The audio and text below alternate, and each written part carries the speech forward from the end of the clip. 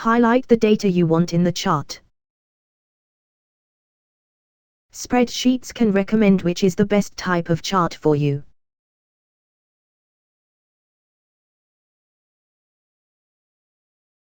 However, this is how to make one yourself. Click on Insert, then choose the column chart icon. There are different options like 2D and 3D. Move and resize the chart if necessary.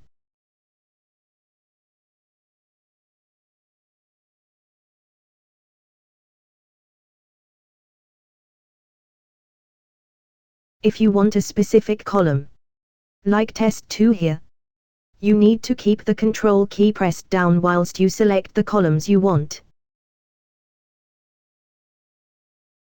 You can move the chart to a worksheet of its own.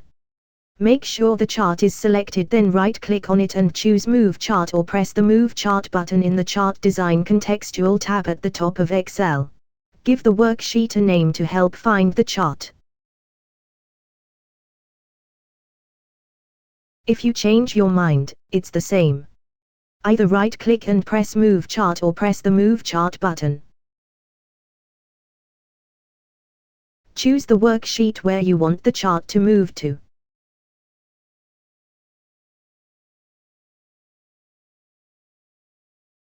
To draw a line chart, choose the line chart icon.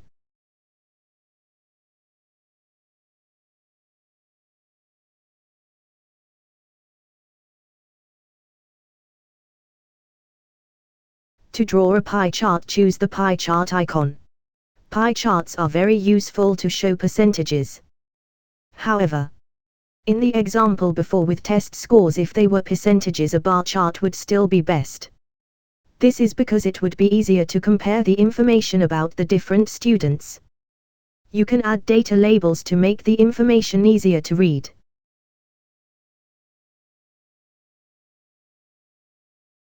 You can add an x-axis by choosing Primary Horizontal from the Axis Title option. Click and type to add your title. Add a useful chart title.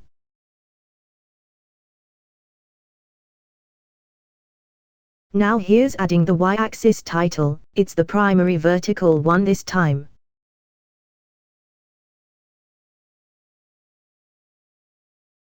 You can format the chart area from the panel on the right.